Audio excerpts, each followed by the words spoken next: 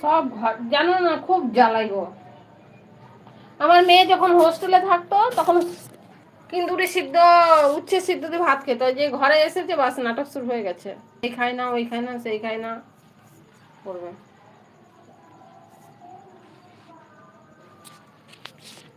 হোস্টেলে থাকতো তখন সব কিছু খেত, না খেলে খাবে কি? একদিকে কামতো আর একদিকে খেত। বাড়ি এসছে বাস নাটক শুরু হয়ে গেছে। আমি বলতো, মা তোমার খাবারগুলো আমি মিস করছি। আজকে জানো আমাকে কি দিয়েছে, কি দিয়েছে? বরবটি ভাজি।